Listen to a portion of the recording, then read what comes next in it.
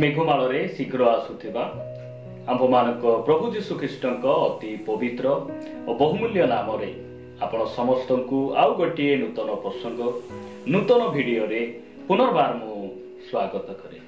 Prior भाई और भौणी माने स्वर्गर परमेश्वर सबु समय रे ताहांको वाक्य द्वारा आम्भमानक कथा होउछंती नुआ नुआ प्रसंग माध्यम रे से आम्भमानकु सुशिक्षित करूछंती सेति पाई ताहांको नामर प्रशंसा हो।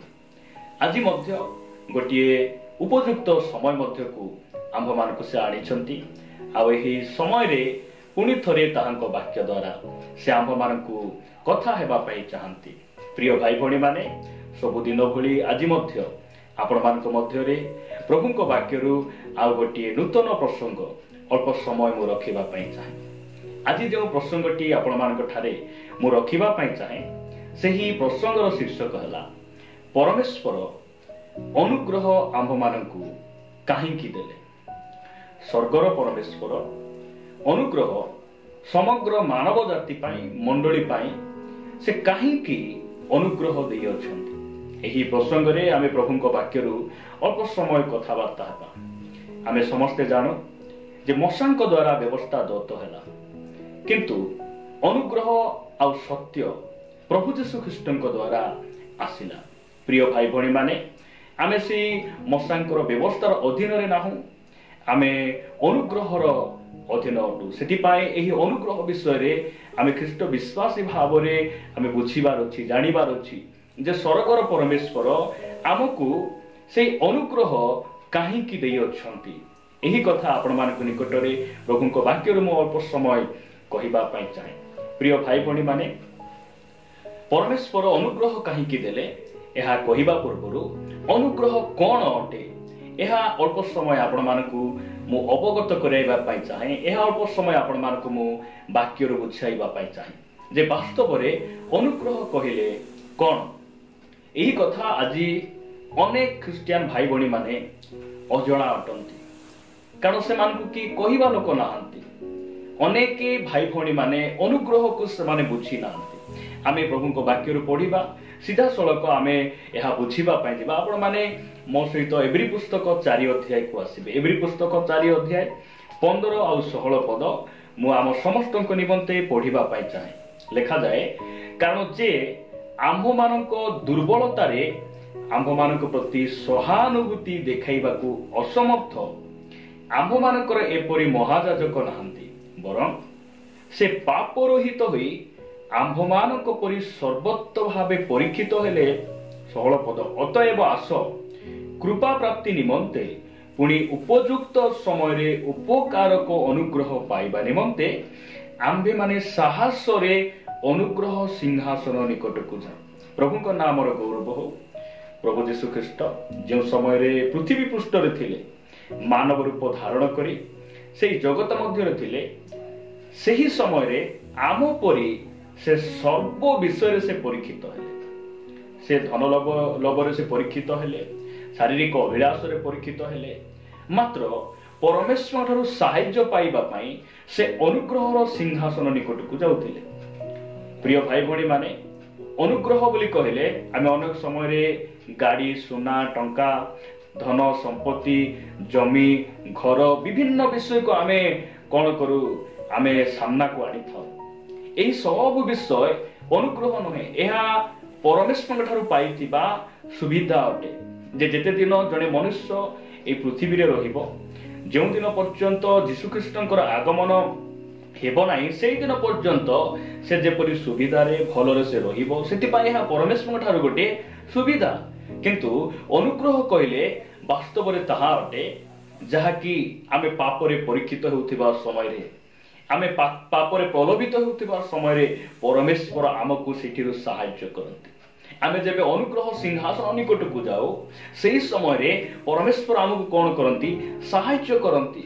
आमे चाहिले सुदा से पापरु प्रलोभनरु आमे बाहरी आसी पारि न थांतु, मात्र परमेश्वरଙ୍କର सहाय्य। एठा लेखा जाए जे अनुग्रह कहिले कोन एहा ईश्वरଙ୍କର सहाय्य अटे, सहाय्य अटे। प्रिय भाई भणी माने जदि आपण माने अनुग्रह कोन ताहा जदि आपण बुझिबा पाई चेष्टा करिवे लेखा जाउची जे एवरी पुस्तक तार 10 अध्याय एब्री पुस्तक 10 अध्याय 29 पदरे लिखा जाए, तेबे भावी देख जे ईश्वरंक पुत्रंकु पददलित करियोछि, नियमर जो रक्त द्वारा से पवित्रकृत होइतिला ताहाकु सामान्य बोली मने करियोछि ओ अनुग्रहदाता आत्मा को अवमानना करियोछि, से केड़े अधिक गुरुत्वर दंड योग्य न हेबो। प्रिय भाई भौणी माने अनुग्रह कहले कौन अटे? अनुग्रह कहले ईश्वरंकर आत्मा अटे। अनुग्रह कहले एक आत्मा अटे, जे आत्मा परमेश्वर आमकु कौन करिसंती, आमकु से देइछंती। आ से अनुग्रहर आत्मा आमे कौन हेइछु, आमे पाइछु। प्रभु का नाम गौरव हो।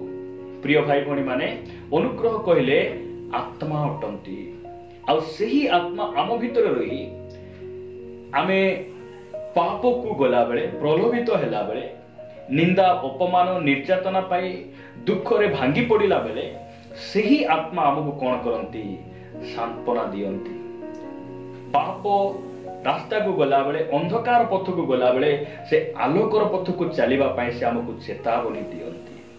अनुग्रह कहले ईश्वरंकर आत्मा। प्रिय भाई भौणी माने प्रभु को नाम गौरव हो। तो यही अनुग्रह परमेश्वर काहींकी देले, अनुग्रह परमेश्वर आम्भ मानकु काहींकी देले। मु अल्प समय किछि कथा कहिबा पई चाहे।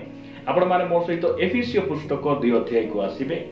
एफिसियो पुस्तक 2 अध्याय 8 पदरे प्रकार लिखा जाए, कारण अनुग्रह रे विश्वास द्वारा तुम्भे माने परित्राण पाइअछ, ताहा तुम्भ मानक निज ठारू होई नाही, ताहा ईश्वरंक दान। प्रभु का नाम गौरव हो। अनुग्रह परमेश्वर काहींकी देले, मानव जाति जेपरि परित्राण पाइबे।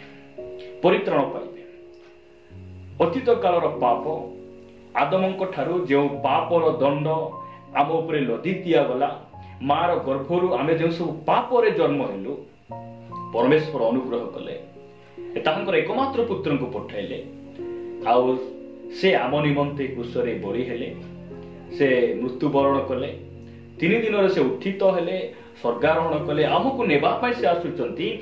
एही वाक्य को जे विश्वास करिबा द्वारा सही अनुग्रह आमको एति पाई देले जे आमे जेपरि ताहांकर विश्वास करी परित्राण पाइबु, पापर दंडरु आमे मुक्त हेबु। एति पाई परमेश्वर आमको कोन कले, अनुग्रह देले। प्रिय भाई भौणी माने अनेक समय रे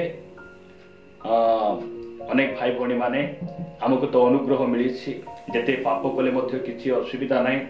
प्रभु आम पाई क्रूसरे मृत्युवरण करिसंती, आ हमर सब पाप को से कोन करिसंती, क्षमा करिसंती, धौत करिसंती। जेते पाप कले मध्य, जेते अपराध कले मध्य कोनसी असुविधा नाही, हमर सब पाप क्षमा हे गला, आमे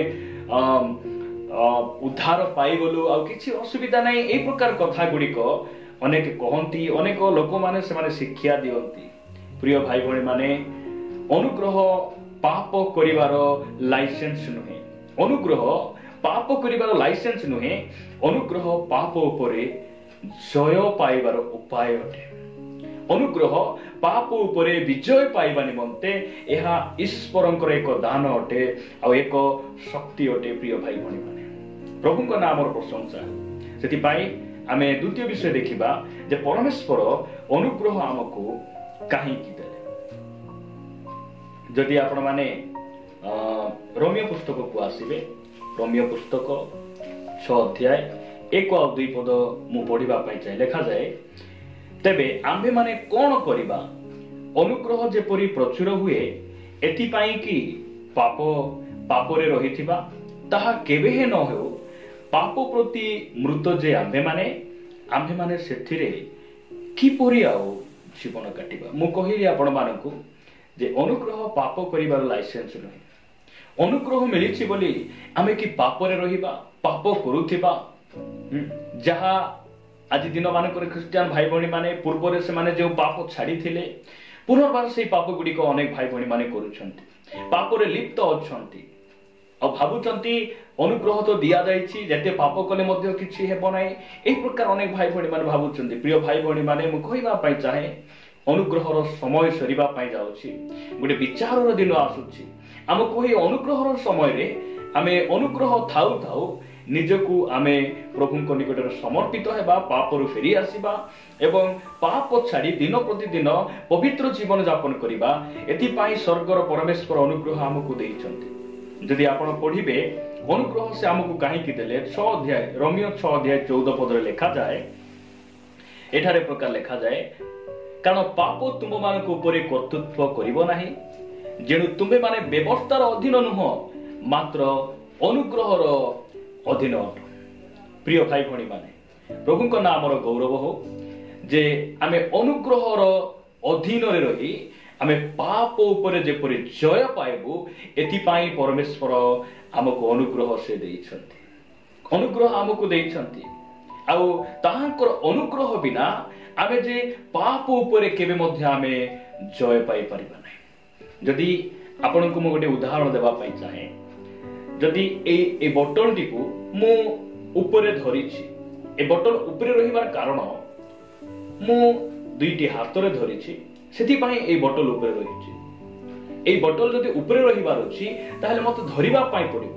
ଠିକ୍ ସେହିପରି ଜଣେ ମନୁଷ୍ୟ ପାପ ଉପରେ ବିଜୟ ପାଇବାକୁ ହେଲେ ପରମେଶ୍ୱରଙ୍କର ଅନୁଗ୍ରହର ଆବଶ୍ୟକ। ପରମେଶ୍ୱର ତାଙ୍କର ଅନୁଗ୍ରହ ଦ୍ୱାରା ଆମକୁ କ'ଣ କରନ୍ତି?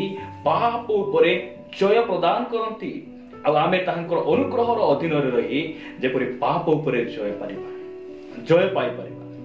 ଆମେ ବାରମ୍ବାର ପାପରେ ନ ପଡ଼ି ପାପ ଉପରେ ଯେପରି ଆମେ ଜୟ ପାଇପାରିବା, ସେଥିପାଇଁ ପରମେଶ୍ୱର ଅନୁଗ୍ରହ ଆମମାନଙ୍କୁ ଦେଇଛନ୍ତି। ପ୍ରିୟ ଭାଇ ଭଉଣୀମାନେ, ମୁଁ ଆପଣମାନଙ୍କୁ ପରବର୍ତ୍ତୀ ବିଷୟ କହିବା ପାଇଁ ଚାହେଁ ଯେ ଅନୁଗ୍ରହ ପରମେଶ୍ୱର କାହିଁକି ଆମମାନଙ୍କୁ ଦେଇଅଛନ୍ତି। ଆପଣମାନେ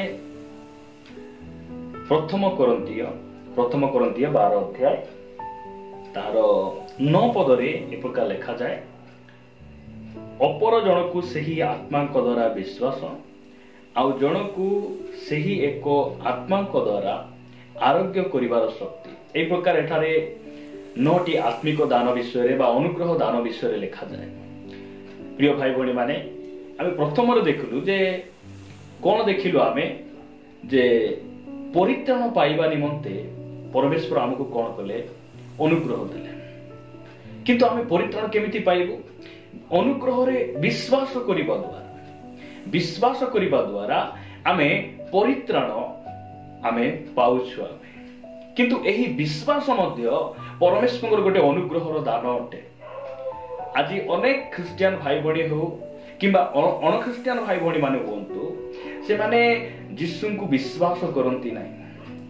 ଏପରିକି ଯେଉଁ ସମୟରେ ପ୍ରଭୁ ଯୀଶୁ ଖ୍ରୀଷ୍ଟ ଏ ଧରାପୃଷ୍ଠରେ ଥିଲେ, ସେହି ସମୟରେ ତାହାଙ୍କ ସହିତ ଲୋକମାନେ ବୁଲୁଥିଲେ, ଚାଲୁଥିଲେ, ରୋଟି ଖାଉଥିଲେ, ମାଛ ଖାଉଥିଲେ, ଆଶ୍ଚର୍ଯ୍ୟ କର୍ମ ଦେଖୁଥିଲେ, ମାତ୍ର ସେମାନେ ଯୀଶୁଙ୍କୁ ବିଶ୍ୱାସ କଲେ ନାହିଁ।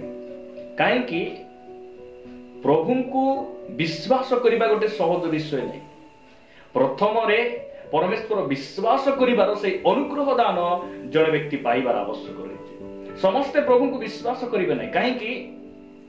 ତାହାଙ୍କୁ ବିଶ୍ୱାସ କରିବାକୁ ହେଲେ ସେହି ଅନୁଗ୍ରହର ଦାନ ବା ଆତ୍ମିକ ଦାନ, ଯେଉଁ 9ଟି ଦାନ ରହିଛି, 9ଟି ଦାନ ଭିତରୁ ତୃତୀୟ ଦାନ ହେଲା ବିଶ୍ୱାସ। ଆଉ ଏହି ଅନୁଗ୍ରହ ବା ଏହି ଅନୁଗ୍ରହ ଦାନ, ଏହି ଆତ୍ମିକ ଦାନ ଜଣେ ନ ପାଇଲେ ସେ ପ୍ରଭୁଙ୍କୁ କେବେ ମଧ୍ୟ ବିଶ୍ୱାସ କରିପାରେ ନାହିଁ। ବାକ୍ୟ ଶୁଣେ, ଗୀତ ଗାଏ, ଆରାଧନା କରେ, ଚର୍ଚ୍ଚ ଯାଏ, ଦାନ ଦିଏ, ସବୁ କରେ, ମାତ୍ର ପ୍ରଭୁଙ୍କ ଠାରେ ତାର ବିଶ୍ୱାସ ହୁଏ ନାହିଁ। ବିଶ୍ୱାସ ହୁଏ ନାହିଁ, ସନ୍ଦେହରେ ସେ ରୁହେ। ପ୍ରିୟ ଭାଇ ଭଉଣୀ ମାନେ, ଆଉ ଅନୁଗ୍ରହ ଆମକୁ ସେ କାହିଁକି ଦେଲେ? ଆମେ ଯେପରି ଈଶ୍ୱରଙ୍କ ଠାରେ ବିଶ୍ୱାସ କରିବୁ, ତାହାଙ୍କୁ ଆମେ ବିଶ୍ୱାସ କରିବୁ। କ'ଣ ବୋଲି ବିଶ୍ୱାସ କରିବୁ? ଯୀଶୁଙ୍କ ଛଡ଼ା ଦ୍ୱିତୀୟ ପରମେଶ୍ୱର ଆଉ କେହି ନାହାନ୍ତି। ତାହାଙ୍କ ପରି ପବିତ୍ର ପରମେଶ୍ୱର ଆଉ କେହି ନାହାନ୍ତି। ଏହା ଯେପରି ଆମେ ବିଶ୍ୱାସ କରିବୁ, ସେଥିପାଇଁ ପରମେଶ୍ୱର ଆମକୁ ଅନୁଗ୍ରହ ଦେଇଛନ୍ତି। ପ୍ରିୟ ଭାଇ ଭଉଣୀ ମାନେ, ପ୍ରଭୁଙ୍କ ନାମର ଗୌରବ। ମୁଁ ଶେଷ କଥା କହି ମୁଁ ସମାପ୍ତ କରିବା ପାଇଁ ଚାହେଁ। ଆପଣମାନେ ଫିଲିପିଓ 1 ଅଧ୍ୟାୟ 29 ପଦ ପ୍ରତି ଦୃଷ୍ଟି ଆକର୍ଷଣ କରିବେ। ଫିଲିପିଓ 1 ଅଧ୍ୟାୟ 29 ପଦ ଲେଖାଯାଏ, କାରଣ ଖ୍ରୀଷ୍ଟଙ୍କ ଠାରେ କେବଳ ବିଶ୍ୱାସ କରିବା ନିମନ୍ତେ ତୁମମାନଙ୍କୁ ଅନୁଗ୍ରହ ଦତ୍ତ ହୋଇଅଛି, ତାହା ନୁହେଁ। ଦେଖନ୍ତୁ, ବିଶ୍ୱାସ କରିବା ମଧ୍ୟ ଗୋଟେ ଅନୁଗ୍ରହ ଅଟେ। ଆଉ ସେହି ଅନୁଗ୍ରହ କାହିଁକି ଆମକୁ ଦେଲେ? ଆମେ ଯେପରି ଈଶ୍ୱରଙ୍କ ଠାରେ ବିଶ୍ୱାସ କରିବୁ। ତାହାଙ୍କ ନାମର ଗୌରବ କେତେ ସୁନ୍ଦର ଭାବରେ ପରମେଶ୍ୱର ତାହାଙ୍କ ବାକ୍ୟରୁ ସେ ଆମମାନଙ୍କୁ ଲେଖିକିନା ଦେଇଛନ୍ତି। ଲେଖାଯାଉଛି ଯେ କାରଣ ଖ୍ରୀଷ୍ଟଙ୍କ ଠାରେ କେବଳ ବିଶ୍ୱାସ କରିବା ନିମନ୍ତେ ତୁମମାନଙ୍କୁ ଯେ ଅନୁଗ୍ରହ ଦତ୍ତ ହୋଇଅଛି ତାହା ନୁହେଁ, ମାତ୍ର ତାହାଙ୍କ ସକାଶେ ଦୁଃଖ ଭୋଗ ମଧ୍ୟ କରିବା ନିମନ୍ତେ ତୁମମାନଙ୍କୁ ଅନୁଗ୍ରହ ଦତ୍ତ ହୋଇଅଛି। ଅନୁଗ୍ରହ କାହିଁକି ଦତ୍ତ ହୋଇଅଛି? ଭଲରେ ଖାଇବା, ଭଲରେ ପିନ୍ଧିବା, ନିନ୍ଦା ନାହିଁ, ତାଳନା ନାହିଁ, ଅପମାନ ନାହିଁ, କିଛି ନାହିଁ, ଆରାମସେ ସୁଖ ଶାନ୍ତିରେ ରହିବା, ଏଥିପାଇଁ ଅନୁଗ୍ରହ ଦିଆଯାଏ ନାହିଁ। ଅନୁଗ୍ରହ ଏଥିପାଇଁ ଦିଆଯାଇଛି ଅଭାବ ସମୟରେ ମଧ୍ୟ ପ୍ରଭୁଙ୍କ ପାଇଁ ବଞ୍ଚିବା, ଦୁଃଖ ସମୟରେ ମଧ୍ୟ ଖ୍ରୀଷ୍ଟଙ୍କ ପାଇଁ ବଞ୍ଚିବା, ଆଉ ଭଲ ସୁବିଧା ରହିଲା ବେଳେ, ଶାନ୍ତିରେ ରହିଲା ବେଳେ, ଖାଇବା ପିଇବା ପାଇଁ ଥିଲା ବେଳେ, କିଛି ନିନ୍ଦା ତାଳନା ନଥିଲା ବେଳେ ମଧ୍ୟ ପ୍ରଭୁଙ୍କ ପାଇଁ ସାକ୍ଷୀ ହେବା, ଆଉ ଦୁଃଖ ସମସ୍ୟା ଅପମାନ ଆସିଲେ ମଧ୍ୟ ପ୍ରଭୁଙ୍କ ନିମନ୍ତେ ଆମେ ସାକ୍ଷୀ ହେବା। ସେଥିପାଇଁ ଅନୁଗ୍ରହ ଆମମାନଙ୍କୁ ଦିଆଯାଇଛି। ପ୍ରିୟ ଭାଇ ଭଉଣୀ ମାନେ, ଆଜି ଦିନ ମାନଙ୍କରେ ଖ୍ରୀଷ୍ଟିଆନ ସମାଜରେ ବିଭିନ୍ନ ଭ୍ରାନ୍ତ ଶିକ୍ଷା ଗୁଡ଼ିକ ପଳାଇ ଆସିଛି। ସେମାନେ କହୁଛନ୍ତି ଖ୍ରୀଷ୍ଟଙ୍କ ଠାରେ ଆସ, ଦୁଃଖ ରହିବ ନାହିଁ, ସମସ୍ୟା ରହିବ ନାହିଁ, କିଛି ଅଭାବ ହେବ ନାହିଁ, ରୋଗ ଆସିବ ନାହିଁ, ସମସ୍ୟା ଆସିବ ନାହିଁ, ଏହି ପ୍ରକାର କଥା ଗୁଡ଼ିକ ସେମାନେ କହୁଛନ୍ତି। ମାତ୍ର ବାଇବେଲ କହେ ଖ୍ରୀଷ୍ଟଙ୍କ ଠାରେ ତୁମକୁ ଏଥିପାଇଁ ଅନୁଗ୍ରହ ଦିଆଯାଇଛି, ଖ୍ରୀଷ୍ଟଙ୍କ ସହିତ ତୁମେ ଯେପରି ଦୁଃଖ ଭୋଗ କରିବ, ତାଙ୍କ ସହିତ ଯେପରି ନିନ୍ଦା ଅପମାନ ପାଇଲା ପରେ ମଧ୍ୟ ତୁମେ କଣ କରିବ, ସେଇ ସବୁ ଉପରେ ଜୟ ପାଇବ। ସେଥିପାଇଁ ଅନୁଗ୍ରହ ତୁମମାନଙ୍କୁ ଦିଆଯାଇଛି। ପ୍ରିୟ ଭାଇ ଭଉଣୀ ମାନେ, ପ୍ରଭୁ ଆମମାନଙ୍କୁ ସାହାଯ୍ୟ କରନ୍ତୁ। ଆମେ এই ଅନୁଗ୍ରହକୁ ଯେଉଁ ଉଦ୍ଦେଶ୍ୟରେ ପ୍ରଭୁ ଆମକୁ ଦେଇଛନ୍ତି সেই ଉଦ୍ଦେଶ୍ୟକୁ ଆମ ଜୀବନରେ ପୂର୍ଣ୍ଣ କରିବା ଏବଂ ଆମେ ସବୁବେଳେ ପରମେଶ୍ୱରଙ୍କୁ ଆମେ କଣ କରୁଥିବା, ସନ୍ତୁଷ୍ଟ କରୁଥିବା। ପ୍ରଭୁ ଏହି ବାକ୍ୟଟି ଆମ ପ୍ରତ୍ୟେକଙ୍କୁ ପ୍ରଚୁର ଭାବରେ ଆଶୀର୍ବାଦ କରନ୍ତୁ।